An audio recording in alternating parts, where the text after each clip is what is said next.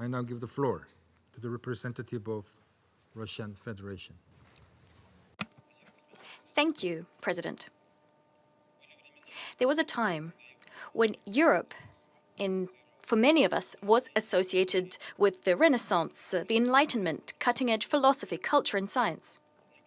Yet today, all of that, unfortunately, has gone, and it's gone for good.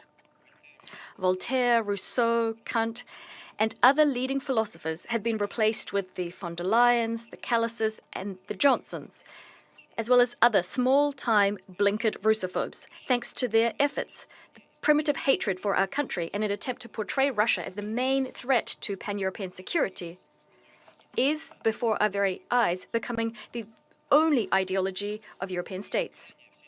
They're trying their utmost to make the next generation forget the bitter experience of predecessors of today's Euro-integrators. For instance, the experience of Napoleon and Hitler, who suffered defeat at our country's hands, for which Europe paid a lengthy and painful price. Any events are immediately interpreted through an anti-Russian prism. The very idea that war with Russia is unavoidable is being frantically pounded into the heads of the European populace. Russia is being branded all sorts of things, portrayed as an enemy, not even going to the trouble in principle of using facts or evidence. When these assertions turn out to be false, no one even thinks about apologizing for spreading such blatant lies.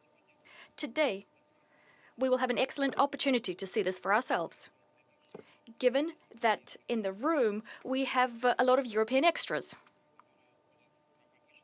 These extras will, as per usual, will be letting their imaginations run wild regarding the threat from Russia. This paranoia has reached never-before-seen heights. Just last week, we were compelled to listen in this chamber to groundless accusations about supposedly Russian UAVs entering Polish airspace. Not a single piece of evidence that these drones were of Russian provenance has been provided to date. It's telling that just a few days later, we heard that the incident involving damage to the roof of a residential house in Lublin province, which was a key component of this anti-Russia campaign, in reality was the result of a missile erroneously being dropped from a Polish fighter jet. The Polish Prime Minister Tusk today recognized that not a single drone that was found contained explosives. Not a single one posed a threat to civilians. For the Polish opposition, it clearly said this is a blatant provocation, the aim being to pull Poland into war. President, we take very seriously allegations against our armed forces. We always try to get the facts, which should allow us to understand what actually happened.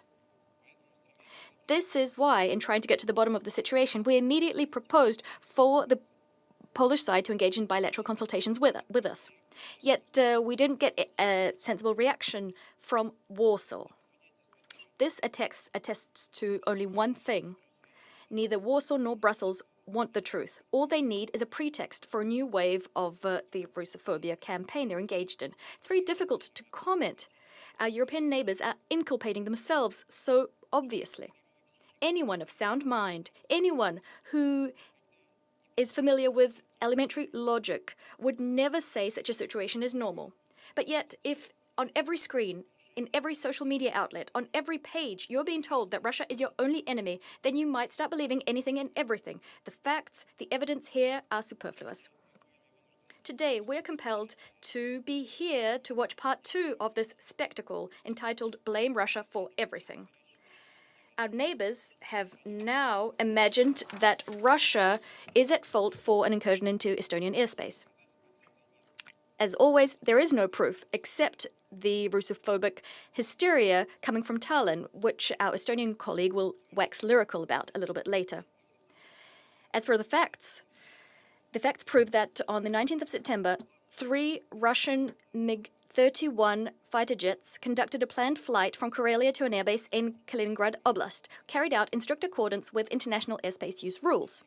The Russian aircrafts did not stray from the agreed route, nor did they cross into Estonian airspace. Their trajectory, their flight was over the neutral waters of the Baltic Sea, over 3 kilometers from the island of Windlow. Flight recorded data confirm this. If Estonia wanted to, it could have checked this itself. But Tallinn is not pursuing such an objective. Their goal is different, going against common sense and the facts to foment hysteria and accuse Russia of provocations. Thus, NATO representatives rushed to call what happened reckless behavior. And the head of European diplomacy, who also happens to be Estonian, called for a firm stance in support of the Baltic states. To be perfectly frank, our European colleagues deserve our sympathies. After all, the project they'd been building on our borders for years, the anti-Russia project, and this is what Ukraine was actually turned into after 2014, this project is coming apart at the seams, discrediting itself. Ukraine became the Zelensky concentration camp long ago. It's not sparing its people. They're dying by the thousands every day in a senseless meat grinder in the name of Western geopolitical interests. The Zelensky regime has turned its country into a symbol of corruption, outright theft, violations of human rights, the freedom of religion, and the freedom of speech. In European capitals, despite all of this, they continue to laud so-called Ukrainian achievements, giving money and weapons to the Kiev regime, although they're clearly increasingly ashamed of their own puppets. However, they can't understand how to disentangle themselves from this fix. As a result, not-so-creative Euro bureaucrats have found nothing better to do than to whip up anti-Russian hysteria in the hope that European voters won't notice. This is a strange strategy, and without a doubt, it will achieve the opposite of what it intends to do. What will they accuse Russia of next? After all, they're not bothering to check the evidence nor the logical rationale for our actions. It's hard to think where their imaginations will take us next when no one cares about the facts.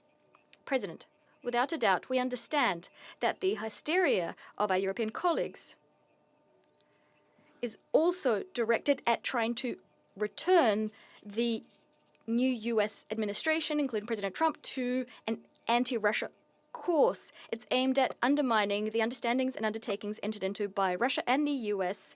by their presidents in Alaska a month ago. On this note, I'd like to quote the U.S. Vice President, J.D. Vance, who, at the Munich Security Conference at the start of this year, voiced some uncomfortable conclusions, uncomfortable for Europe. The threat, and here I quote, the threat that I worry about vis-a-vis Europe is not Russia, not China, it's not any other actor, external actor. What I worry about is the threat from within, the retreat of Europe from some of its most fundamental values, values shared with the United States, end of quote. Despite this clear-cut diagnosis, contained in the aforementioned quote, Europe decided not to listen. Europe today is like an unhinged, paranoid individual unable to respond to criticism. Nor is it able to remember the lessons of history. After all, for the current cast of European leaders and Euro bureaucrats, history was reset to zero in February of 2022.